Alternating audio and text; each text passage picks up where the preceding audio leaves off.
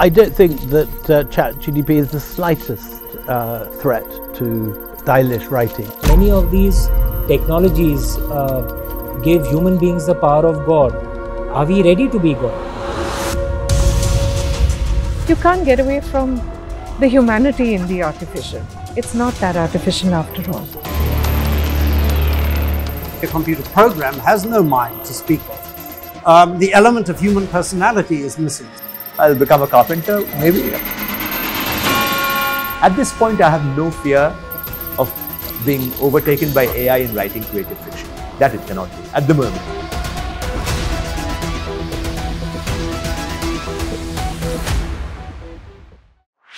This and more. Streaming on News 9 Plus.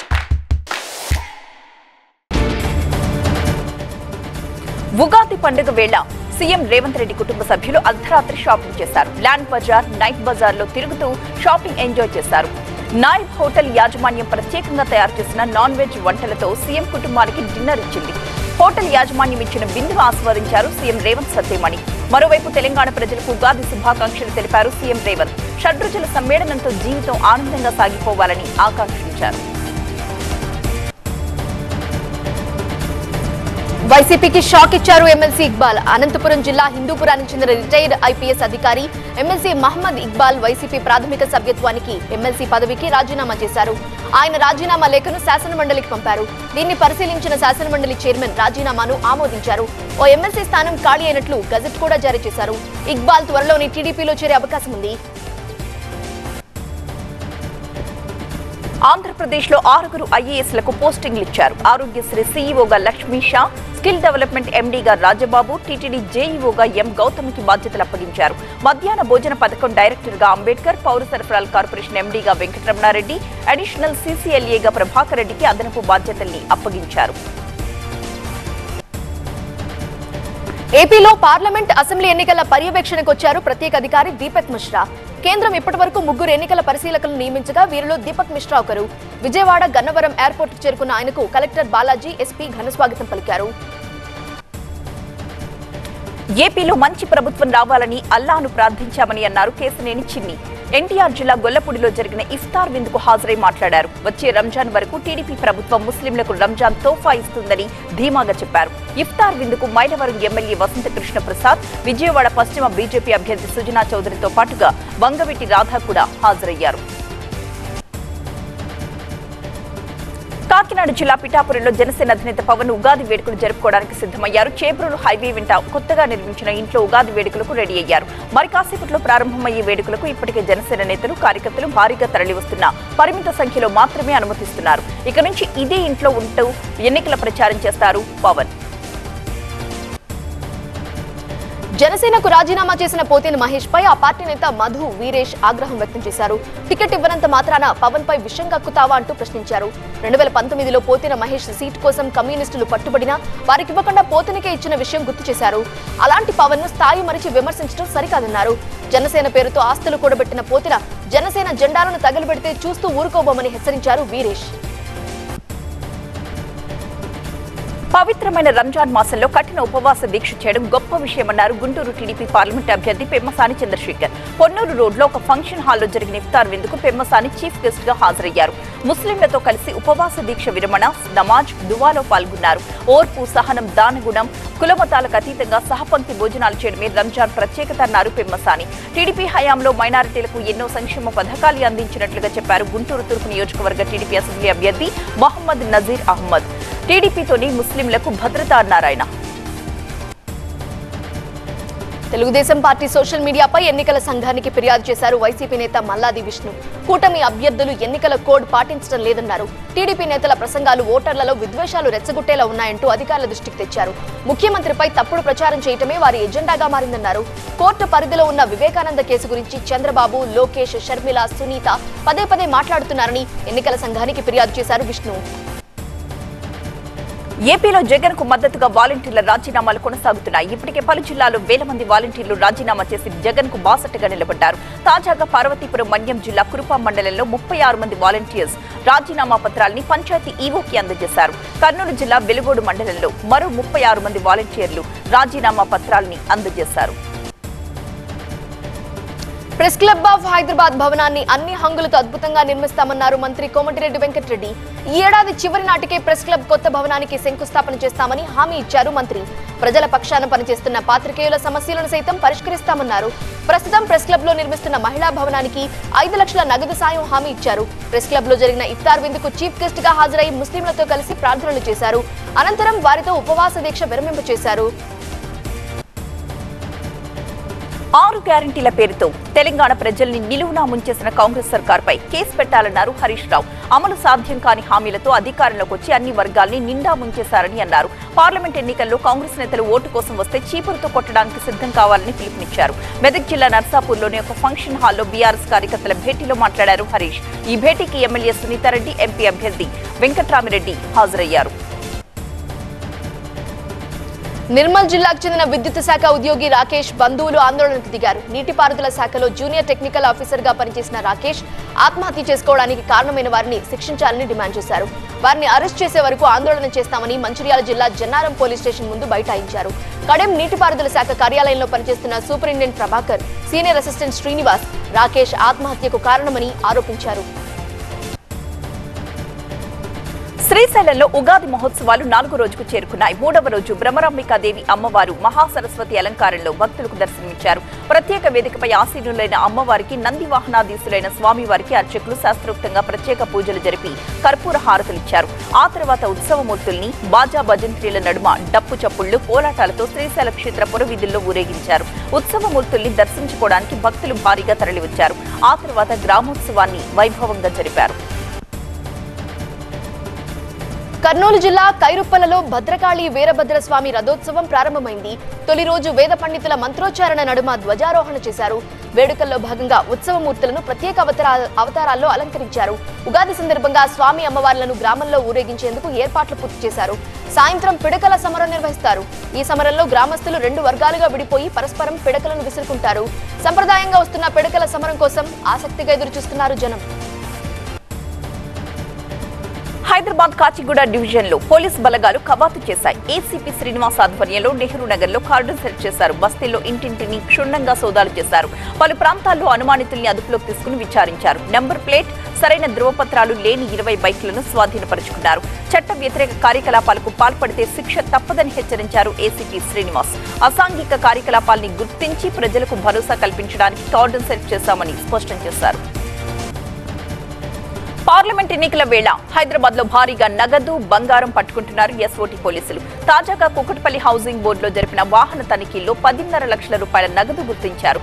ఒక van లో తరలిస్తున్న నగదుని సీజ్ చేసి డబ్బు తరలించిన 3గురిని అదుపులోకి తీసుకున్నారు. నగదుకు సంబంధించి సరైన ఆధారాలు సమర్పిస్తే డబ్బు తిరిగిస్తామని చెబుతున్నారు.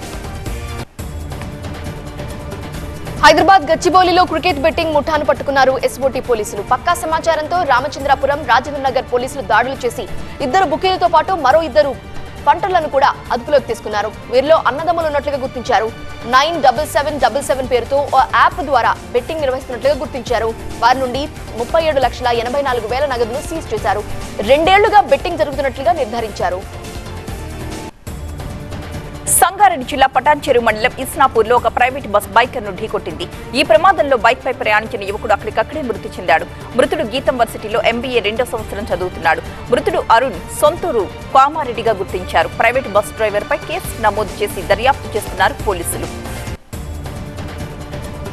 రంగారెడ్డి జిల్లా రాజేంద్రనగర్ సన్ సిటీ బండ్లగూడ ప్రాంతంలో ఉగాది పండుగ వేళ ఉషాదం అలుముకుంది. ఇంట్లో గొడవలతో కుటుంబం ఆత్మహత్య చేసుకుంది. యామిని రెసిడెన్సీలో ఫ్లాట్ నెంబర్ 102లో నివాసం ఉంటున్న ఆనంద్ తన భార్య ఇంద్ర 5 ఏళ్ల చిన్నారిని చంపి తాను ఆత్మహత్యకు పాల్పడ్డాడు. కుటుంబ కలహాలతో పాటు ఆత్మహత్య వెనుక మరేదైనా కారణం ఉందా అనే కోణంలో దర్యాప్తు ప్రారంభించారు పోలీసులు. పేద ప్రజల సమస్యలన్నీ తీరేంత వరకు తనకు మనశ్శాంతి ఉండదన్నారు ప్రధాని మోదీ. ఛత్తీస్గఢ్లోని బస్తర్లో ఆయన ఎన్నికల సభలో పాల్గొన్నారు. తమ ప్రభుత్వం చేపట్టిన అనేక చర్యల కారణంగా దేశంలో 25 కోట్ల కుటుంబాలు పేదరికం నుంచి బయటపడ్డాయని అన్నారు. పేదల కోసం కేంద్ర ప్రభుత్వం చేపట్టిన చర్యలకు ఉదాహరణగా బస్తర్ డివిజన్ ని చెప్పుకోవచ్చని ప్రధాని మోదీ తెలిపారు. అవినీతికి పాల్పడ్డ వారు జైలుకు వెళ్లక తప్పదని, ఇది మోదీ గ్యారంటీ అని అన్నారు. ఎస్టీలను తాము ఆదివాసీలని పిలిస్తే బీజేపీ వాళ్లు మాత్రం వారిని వనవాసీలని పిలుస్తారని కాంగ్రెస్ నేత రాహుల్ గాంధీ అన్నారు. మధ్యప్రదేశ్లోని సిడ్నీలో నిర్వహించిన ఎన్నికల సభలో రాహుల్ పాల్గొన్నారు. వనవాసి పేరు వెనుక మతలబుందని విమర్శించారు. ఆదివాసీ చరిత్ర, వారి భాషను తుడిచిపెట్టేందుకు బీజేపీ ప్రయత్నిస్తోందని ఆరోపించారు. మధ్యప్రదేశ్లోని మండ్లా లోక్సభ నియోజకవర్గంలో రాహుల్ గాంధీ పాల్గొన్న ఎన్నికల సభలో విచిత్రం చోటు చేసుకుంది. స్టేజ్ పైన ఏర్పాటు చేసిన బ్యానర్లో కాంగ్రెస్ అభ్యర్థి ఫోటో కాకుండా బీజేపీ అభ్యర్థి ఫోటో కనబడింది. చివరి నిమిషంలో ఈ పొరపాటు గుర్తించిన కాంగ్రెస్ నాయకులు ఆ ఫోటోని కవర్ చేస్తూ అక్కడి ఎమ్మెల్యే ఫోటోని ఏర్పాటు చేశారు.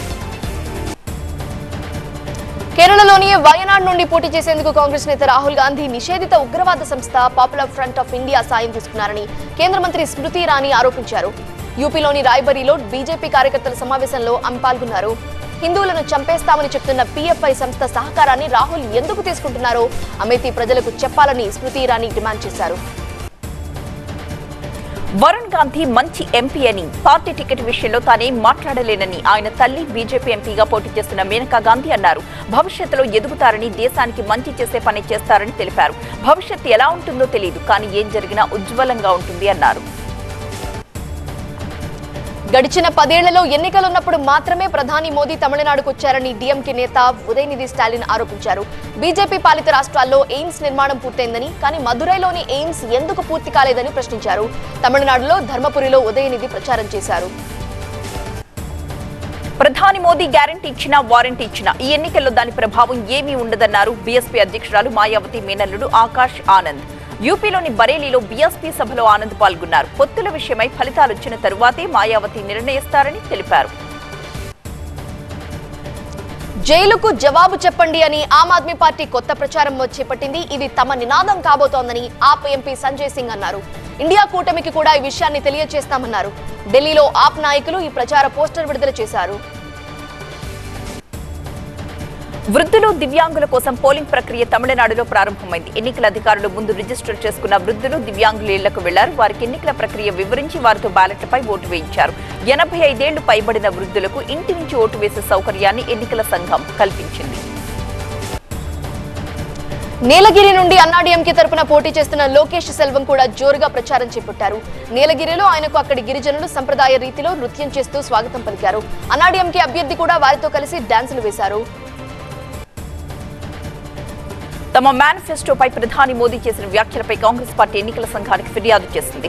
కాంగ్రెస్ మేనిఫెస్టో ఒక అబద్దాల పుట్ట అని ప్రధాని అనడాన్ని కాంగ్రెస్ తప్పుపట్టింది. ఈ విషయాన్ని తీవ్రంగా పరిగణించాలని కాంగ్రెస్ పార్టీ ఎన్నికల సంఘానికి విజ్ఞప్తి చేసింది.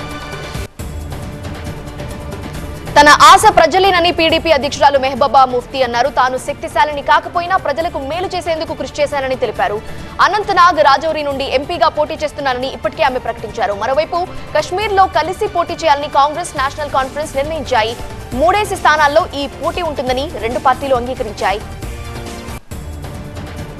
భారత్ సందర్శనకు వచ్చిన గ్రీస్ సైనిక దళాల ప్రధాన అధికారి జనరల్ డిమిత్రోయిస్ చౌపిస్కీ ఢిల్లీలోని సౌత్ బ్లాక్ లాన్స్ లో భారతీయ దళాలు గార్డ్ ఆఫ్ ఆనర్ ని సమర్పించాయి. అంతకుముందు ఢిల్లీలోని అమరవీరుల స్మారక స్తూపం దగ్గర నివాళులర్పించారు. ఫిబ్రవరిలోని గ్రీస్ ప్రధాని భారత్ ను సందర్శించారు. సంబంధాల బలోపేతంలో భాగంగానే అనేక అంశాలపై 2 దేశాలు అనేక అంశాలు చర్చిస్తున్నాయి. సిద్ధు జొన్నలగడ్డ, అనుపమ పరమేశ్వరన్ జంటగా నటించిన Tillu square double block buster celebrations కి ముఖ్య అతిథిగా హాజరయ్యారు ఎన్టీఆర్. సినిమా ఇంత పెద్ద విజయం సాధించినందుకు ఆనందంగా ఉందన్నారు. మన జీవితంలో కలకాలం గుర్తుండిపోయే క్యారెక్టర్ ను టిల్లు ఇచ్చాడన్నారు. ఈ కార్యక్రమంలో చిత్ర యూనిట్ తో పాటు విశ్వక్ సేన్ కూడా పాల్గొన్నారు. ప్రభాస్ హీరోగా నటించబోతున్న సినిమా స్పిరిట్. ఈ సినిమాకి సందీప్ రెడ్డి వంగ దర్శకత్వం వహిస్తున్నారు. ప్రభాస్ కి ప్రస్తుతం ఉన్న మార్కెట్ దృష్ట్యా స్పిరిట్ టీజర్, ట్రైలర్, పాటలు మంచి బజ్ క్రియేట్ చేస్తే తొలి రోజు 150 కోట్లు కలెక్ట్ చేయడం గ్యారంటీ అంటున్నారు సందీప్ రెడ్డి వంగ. కథ రాయడం 60% పూర్తయిపోయిందని తెలిపారు. ఐపీఎల్లో 2 పరాజయాల తర్వాత చెన్నై మళ్లీ విజయాల బాట పట్టింది. కోల్కతా నైట్ రైడర్స్ తో జరిగిన మ్యాచ్ లో ఆల్రౌండ్ ప్రదర్శనతో ఆకట్టుకుంది. పూర్తి ఏకపక్షంగా సాగిన పోరులో 7 వికెట్ల తేడాతో కేకేఆర్ ను చిత్తు చేసింది. మొదట బ్యాటింగ్ చేసిన కోల్కతా నిర్ణీత 20 ఓవర్లలో 9 వికెట్ల నష్టానికి 137 పరుగులు చేసింది. అనంతరం సీఎస్కే ఆడుతూ పాడుతూ 17.4 ఓవర్లలో 3 వికెట్ల నష్టానికి 141 పరుగులు చేసింది. ధోని క్రీజ్ లోకి వచ్చి అభిమానులను సంతోషంలో ముంచెత్తారు. రుతురాజ్ గైక్వాడ్ కెప్టెన్ ఇన్నింగ్స్ ఆడాడు. జడేజాకు player of the match award దక్కింది.